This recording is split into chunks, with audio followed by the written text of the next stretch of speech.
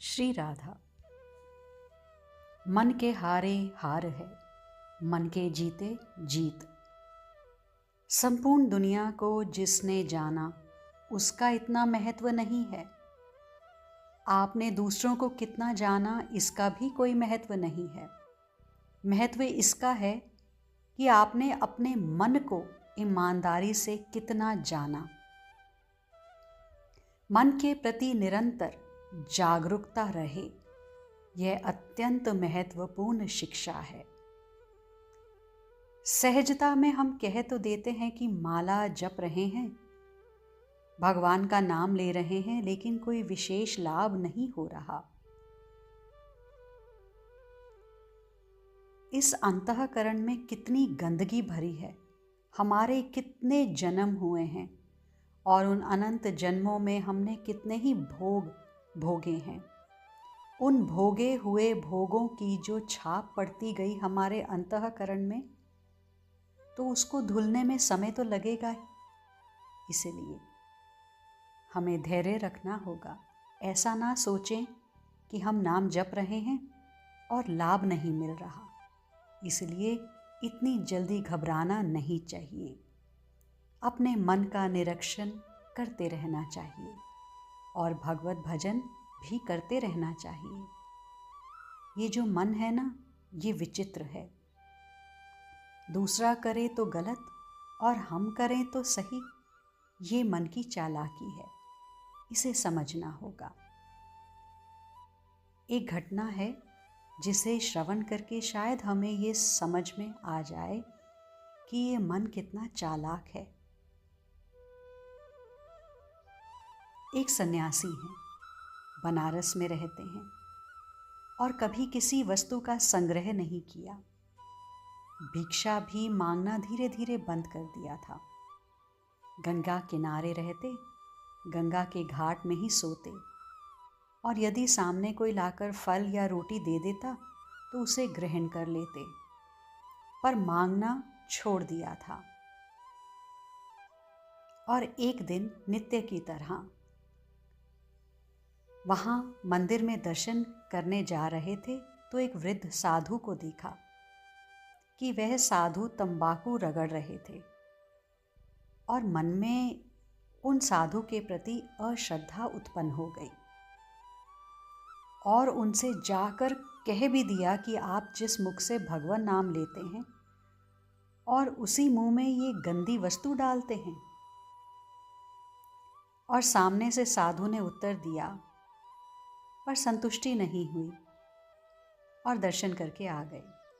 अब दूसरे दिन प्रातः 3 बजे उठकर ये महात्मा जी गंगा जी की रेत से ही दांत मांज रहे थे। तभी एक और साधु आए और कहने लगे, आपको पायरिया हो गया है। पायरिया वो बीमारी है जहाँ मसूड़ों में से खून निकलने लगता है। तो इन महात्मा जी ने कहा कि तो हाँ हुआ है। तो वह साधु बोले कि ये गुल का मंजन है, तो आप इससे दांत मांजिए। अब पहली बार महात्मा जी ने किया तो उल्टी हो गई, फिर समझ में आई कि ये तो तंबाकू है। अब तो ऐसी आदत लगी कि दिन में 4-5 बार उसी गुल का मंजन करते थे। एक दिन वह तंबाकू का मंजन खत्म हो गया। अब तो साधु का मन बेचैन, पैसे वे अपने पास रखते नहीं थे। एक विद्यार्थी गंगा जी के घाट में आता था, उन्हें रोज प्रणाम करता था और आज तक संन्यास लेने के बाद इन महात्मा जी ने किसी से कोई वस्तु नहीं मांगी थी। लेकिन आज उस विद्यार्थी से उन्होंने कहा, बालक ये मंजन है, ये इसका डिब्बा है, पायरिया की अच्छी दवा है, ये इसको ले आओगे। वह बालक गया, पर वह डाबर लाल दंत मंजन लेकर आया। उसने कहा, बाबा जी ये मंजन उससे भी अच्छा है, दुकान वाले ने कहा। पर महात्मा जी को मंजन से क्या लेना देना था? उन्हें तो तंबाकू ने अपने गिरफ्त में ले लिया था और मन को खुशी मिल रही थी।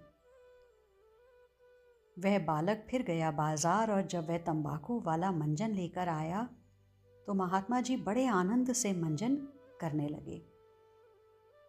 और फिर वही साधु गंगा जी के किनारे ही बैठे दिखे, जिन्हें इन्होंने टोका था कि जिस मुख से हरि का नाम लेते हो उसमें गंदा पदार्थ डालते हो। और वही साधु अब इन्हें देखकर मुस्कुरा रहे थे। महात्मा जी ने देखा उनकी ओर और पहचान लिया, ये तो वही साधु हैं जो उस दिन तंबाकू खा रहे थे तो मैंने कितना भला बुरा कहा था, और आज ये मुझे देखकर मुस्कुरा क्यों रहे हैं? क्योंकि उनके हाथ में रखे हुए तंबाकू के मंजन को उन्होंने देखा था। ओह! महात्मा बोले, बहुत पश्चाताप हुआ कि इन महात्मा जी को मैंने कितना कुछ कहा, और आज मैं ही इस तंबाकू के इतने वश में हो गया कि भजन नित्य कर्म छोड़कर इसी तंबाकू के पीछे पड़ गया हूँ। तुरंत महात्मा जी ने उस तंबाकू के मंजन को फेंक दिया और उन साधु जी के चरणों में प्रणाम करके फिर गंगा जी में स्नान किया। ये मन है, बड़ा चालाक है, दूसरों में गलतियां ही देखता है, पर स्वयं की गलती जो देखे वही सच्चा साधक है। ये मन दूसरों में कभी कोई कमी निकालता रहता है तो कभी कोई, पर स्वयं में कभी नहीं देखता कि मैं क्या हूँ, मैं क्या कर रहा हूँ। साधक वो है जो अपने मन के प्रति तटस्थ रहे, मन के प्रति सदैव जागरूक रहे, दूसरों में गलती देखने की आदत को बदले, स्वयं को ही शिक्षित करे, मन को निरंतर शिक्षा देता रहे, मन को निरंतर समझाता रहे। रामचरितमानस श्री पूज्य गोसाई तुलसीदास जी के द्वारा रचित एक विलक्षण ग्रंथ है। उसमें गोस्वामी श्री तुलसीदास जी जैसे महापुरुष भी अपने मन को समझाते रहे हैं, और उन्होंने कहा भी है, ये राम कथा है, मैं किसी और को नहीं सुना रहा हूँ, ये उपदेश मैं किसी और को नहीं दे रहा हूँ। राम भज सुनु सठ मना, हे मन मैं तुझे समझा रहा हूँ कि तू राम को भज। हे मन, श्री राम के भजन को छोड़कर कहीं तुझे शांति नहीं मिलेगी, ये तो पक्की बात है। आप विषय को भोगिए, आपको अशांति ही मिलेगी, चाहे आप किसी अप्सरा का ही भोग कर लो। आप बड़े से बड़े होटलों में या कहीं और जहाँ प्रशस्त भोग सामग्रियाँ हों, ऐसी जगह का कई वर्षों तक भोग करते रहो, पर पक्की बात है कि आपको शांति नहीं मिलेगी।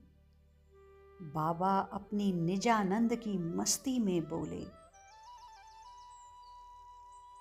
आप एक झोपड़ी में रहो, सुबह सूखी रोटी और साग खाओ, ठंडा पानी पियो, शाम को भी रोटी और दाल खाकर भजन करो, ध्यान करो, उस भगवान के प्रेम में डूब जाओ। सच में जो आनंद आएगा, जो शांति मिलेगी, वो शांति तो स्वर्ग के सम्राट इंद्र को भी प्राप्त नहीं होगी। ऐसा गुरुजन बोलते हैं, इसलिए ये ध्यान रहे, मन के आधार पर मत चलना, विवेक के आधार पर चलो। मन तो भटकाएगा, मन तो गलत रास्ते पर ही ले जाएगा। जैसे पानी का स्वभाव होता है निचली तरफ गिरना, ऊपर उठाने के लिए जल को तो मोटर लगानी पड़ती है ना, ऐसे ही मन का भी स्वभाव है, गलत रास्ते पर ही लेकर जाएगा। मन को ऊंचा उठाने के लिए भगवत नाम रूपी मोटर लगानी होगी जीवा पर। सदैव मन को समझाते या ताड़ना देते या प्रेम से जैसे भी हो उसे सही रास्ते पर लगाते रहो। निरंतर ध्यान रखो इस मन का, ये कहाँ जा रहा है। ये विषय भोग, ये राग द्वेष, ये मोह ममता, ये अति महत्वाकांक्षा, इन सब से अपने मन को हटाओ और प्रेम साधना के पथ पर इसे लगाओ। कई बार हमने देखा है कि बहुत से जन मंदिर आते हैं दर्शन करने के लिए, पर कई बार माथा नहीं टेकते, सर नहीं झुकाते, प्रणाम करना भूल जाते हैं और हम उन्हें भी टोक देते हैं। लेकिन एक भजन की पंक्ति याद है ना, यहाँ दम दम में होती है पूजा, सर झुकाने की फुर्सत नहीं है। तो इसीलिए किसी को रोकने टोकने से पहले हम अपने अंदर झांक कर देखें, हमारा मन कहाँ है, हम क्या करते हैं। आज के लिए इतना ही, शेष आगे। श्री राधा।